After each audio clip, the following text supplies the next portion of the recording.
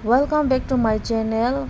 Hi friends, naiditini ang norong bagay recipe katal tui phaijak chicken songnai tini oti rok phaijak nogo kwbangma karai bo tungui tongkha thok bo tungkha moso rwkha moso no kisa kwchak kwchak khe baja khainanai baja khaimani pore moso no baja khaiui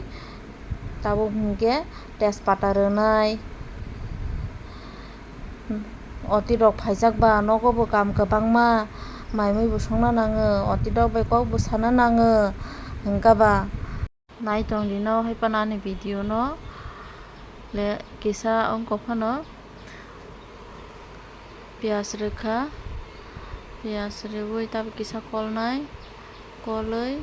tabo oko rwkha golmoric elachi astano rwkha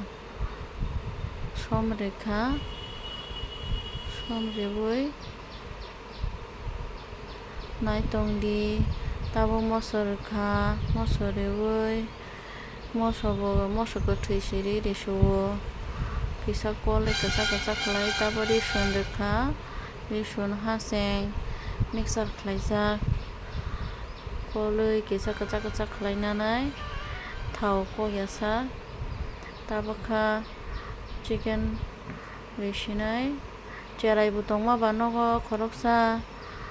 hingka ba leg piece kaisa narwgui rima rwkha tabo kha kisa kolui kholobwi risinai tabo swrapsa tonwi 10-15 minute hai tonwi taisa haino hai phiawui kolui piyaj rwi rwkha hingka bwtui raniyasak kisa kolui taisa kholopi tonphinai oko tabo taisa haino hai oko kha khulogui kolphikya bwtui ransokya ko hai phano boni bwtui ransokang hingkasi tui rinai swkang hor kom gas kom khlai bwtui ma pharangrok hingkasi tabo thau bo kisa kisa kokha ba alu bo rwi rwkha bwtui bo rankha hingka ba tui rinani digin thangui tongkha tui bo kutung khlai tonjak ba tui kutung rinai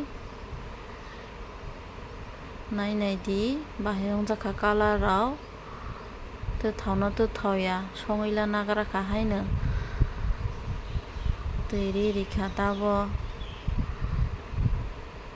tui kutung khlaiui kutui tongkha tabo tai 5 minute swk tonwi kari sinai kari kha oko serve khlai sinai tabo khe naitongdi tebo ani channel o tebo kwtal kwtal recipe tui phainai norong bagui hambai।